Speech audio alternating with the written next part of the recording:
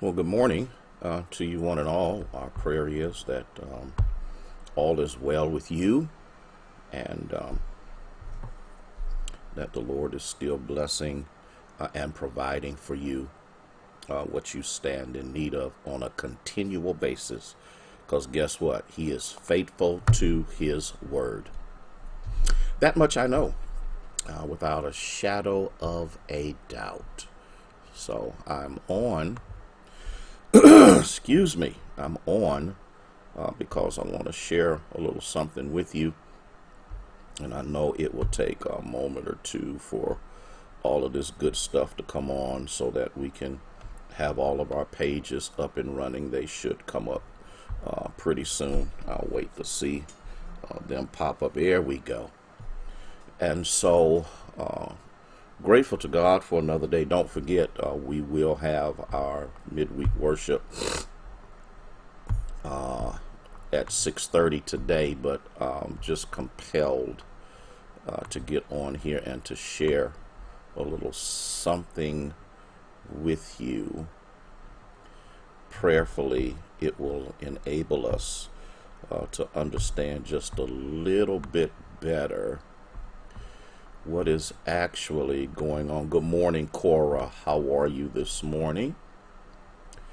Give me a second. I'm lining up these pages so that we can bring all of this good stuff to pass here. And of course, you know, my page is the slowest one for some reason in coming on, but we're here and grateful to God for being here. Good morning, Nancy. How are you this morning? Okay, now I'm going to line these up, get them where they need to be, and then we'll go from there. Good morning, Jaleesa. How are you this morning? Good morning, Angela. Oh my goodness, you Fort Worth, Texas. It is so good to have you with us today. Gina, praying and believing God, and we are counting it already done. And just grateful to God to see so many of you. I'm going to begin in 2 minutes, and I'm going to share this with you. And it might come across a little controversial. It may not set well with some people, but I think it's something that needs to be said. It's something that needs to be looked at.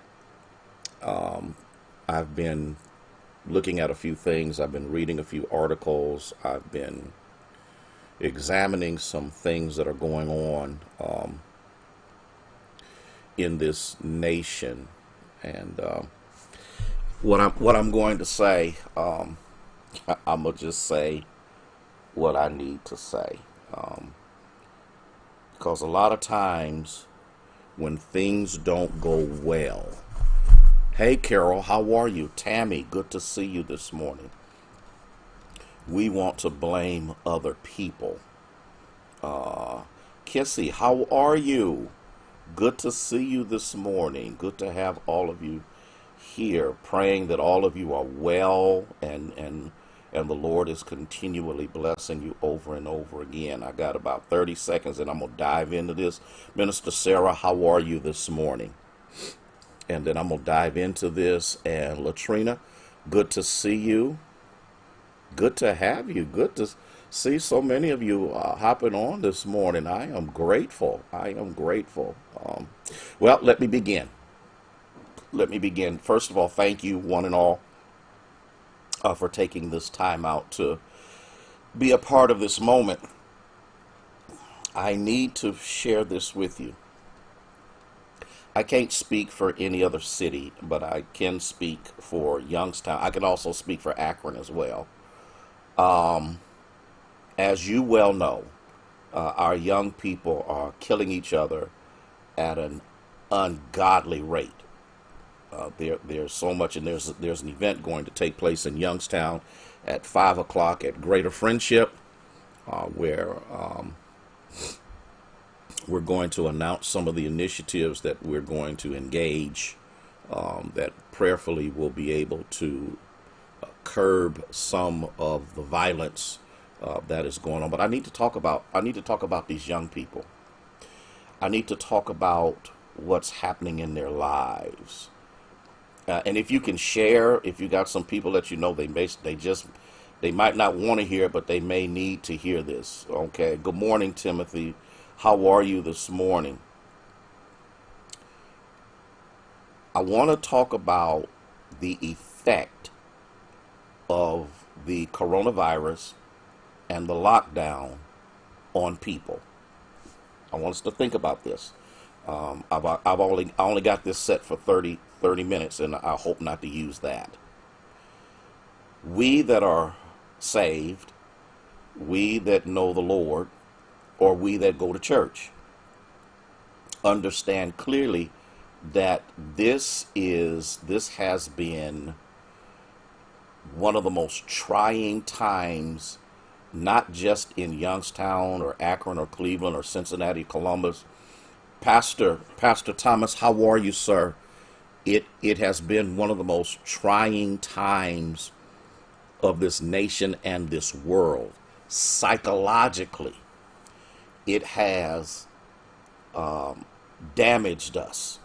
And you know how I'm going to do, Pastor Thomas. I'm going to take my time and try to work through this, but I need to paint the picture so you can see clearly that what's going on with our young people is not isolated to your city, but it's nationwide.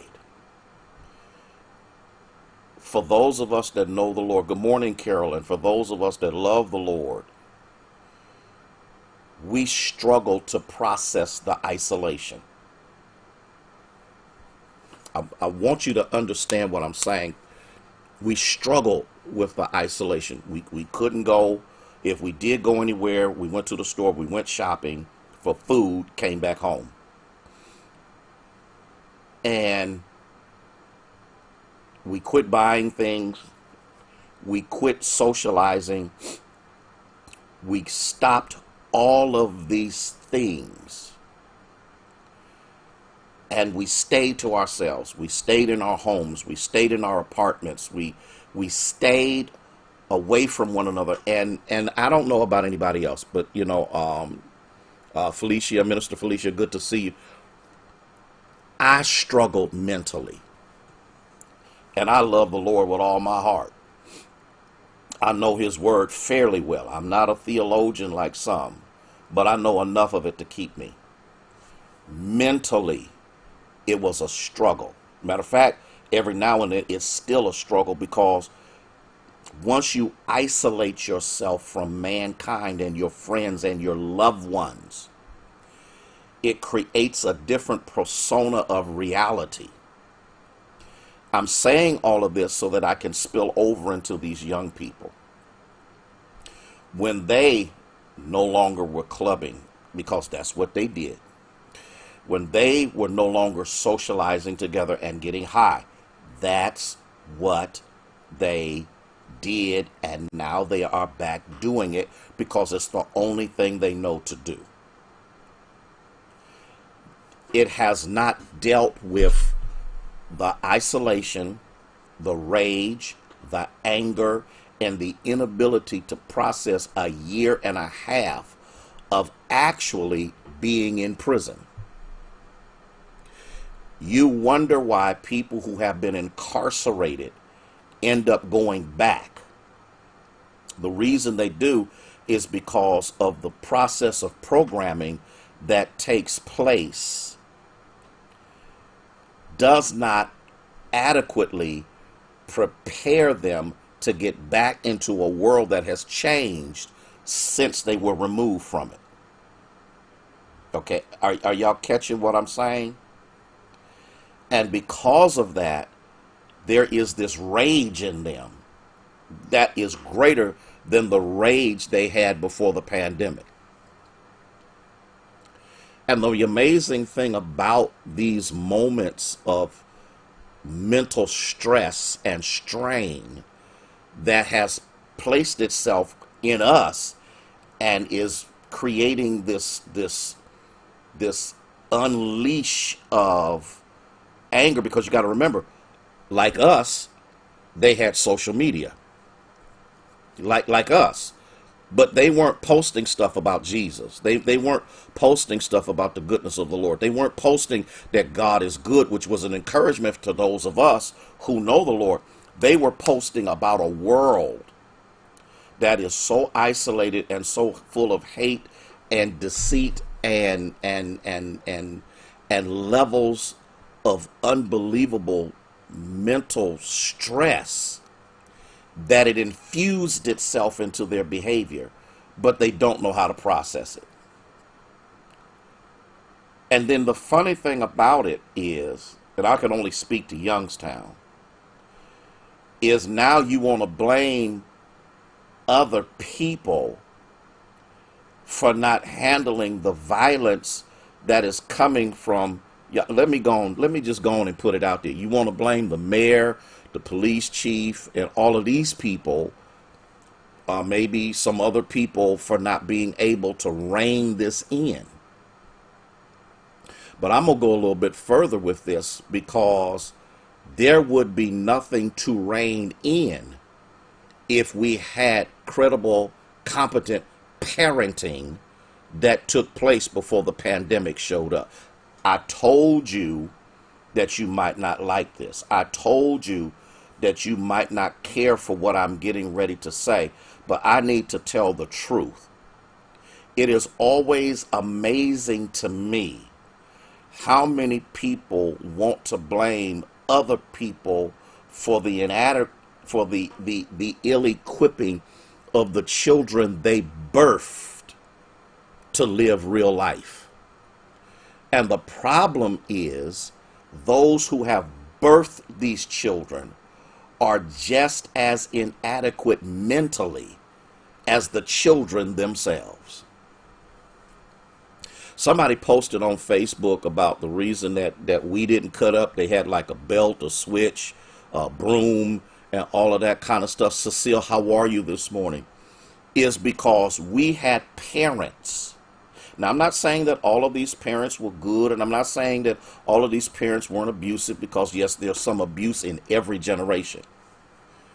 But what I'm trying to get you to understand is, because there was no guardrails created, there was no sense of respect created, there was no sense of honor and loyalty, and there was no sense of, Stephanie, people respecting and honoring one another. We now want to blame, and I haven't even touched on the thing about them killing us. That's not what I'm talking about. What I'm talking about is, now we want to solely put the issues of these out of control young people on the government. The mayor ought to do his job. The police chief ought to do their job. The police ought to do their job. Their job would be different if parents did their job. But when parents are still juvenile and immature and have no sense of accountability or responsibility, what do we do? I don't know if you're still there, Pastor Thomas, or not. And I need to. What do we do? Because the Bible is clear about bending the sapling. You can't bend it when it has become rigid and older, because now the behavior has been established. What do you do? Do we continue to swell the incarceration rate, which I believe, this is me speaking, I believe is a demonic activity that is taking place to make sure that we incarcerate more African American males, and this goes all the way back to the day of Moses? Or do we try to figure out how to tap into the psychological dysfunction of these young people and show them that there's another way to live? And you can't show them that there's another way to live by telling them all the things they're doing wrong. They already know. Believe me, They are already aware. So, coming up soon, and I'm sharing this so that we can come together and do what we need to do. Yes, yes.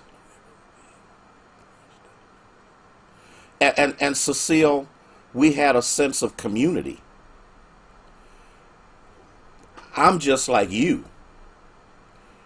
When I was growing up, everybody was my mama. Everybody was my daddy. I wish I had. And I'm getting ready to get off of here in just a little bit. Everybody was. I couldn't go anywhere. Of course, I was the PK, so there was a bullseye on my back that if I walked wrong, they was calling the Harrison household, talking about your son up here walking crooked. Y'all follow what I'm saying? But not a neighbor in my not a relative in my neighborhood I didn't speak to. I'm like, how are you doing, sir? How are you doing, ma'am? How are you? We were raised with that. These young people weren't, and these children weren't. Then they didn't need the church. They didn't need the Lord. And Lady Harrison and I were just talking about this morning. We came up in an age where there were less distractions. When we were growing up, and we talk about this because we hated it, BTU, all of that kind of stuff. We lived in church. Church in the morning, church in the new day, church when the sun go down. We lived in church because we had nothing else. Our homes basically had one television. The parents controlled that. Okay? We had one telephone. The parents controlled that. If there were any activities or playing to take place, it was outside. And the parents controlled that. Okay? And so we didn't have Facebook, Twitter, Instagram. We didn't have multiple viewing capabilities and internet. We didn't have all of these distractions that were basically created to make life better. And the enemy took it and infiltrated it and turned it worse. It does take a village to raise a child. It was the village that raised the child. But see, you can't talk to these, because if you say something to them, not only are you going to have to fight them, you're going to have to fight the parents. The very parents that will not say anything to them and let them get away with everything will jump on you for saying anything. So I wanted to share that with you, that from a biblical point of view, the Bible is clear that if a child is not reared properly, he will shame his mother. And so when I look at this, and I look at this situation, I am believing God that he will supernaturally touch the deficiencies that are in their mind and the depravity that is in their minds, because they don't care. And the reason they don't care is because they feel no one has cared for them. So we're going to have a Stop the Violence prayer rally on the 23rd. That's a Wednesday when we normally have midweek. I may move it back a little bit so that we will be able to do that. I don't know if I have the time in here, at 5:30, and I'll give you the location later because that hasn't been established. The fervent prayers of the righteous availeth much. Stephanie, at least you had a chance for the light to come on. I was told when you hear it buzzing, which means it's getting prepared to come on, I better be on the porch or in the house. Okay? And that's all I wanted to say. That gives us something to pray about ahead of time. No, Cecile, they don't vote because they don't see any need to doing it. And I need to talk about that. I need to talk about that for just a second. If we had not had the parental environment we were raised in, if we did not have a sense of civic duty that we do, if we were raised in their environment, we would be just like them. Yeah, yeah, I know that's not good stuff that you want to hear. But the truth of the matter is, you know, and I say to myself all the time, if I was raised in an impoverished situation, now we were poor growing up, but everybody was poor, so we shared one with the other. But if I were raised in an environment of violence and had a mother that was doing stuff and a father that was absent, or if the father was there, he was abusive, if I were raised in that environment, I'd be just like them. We are who we are by the grace of God. I got to go one step further.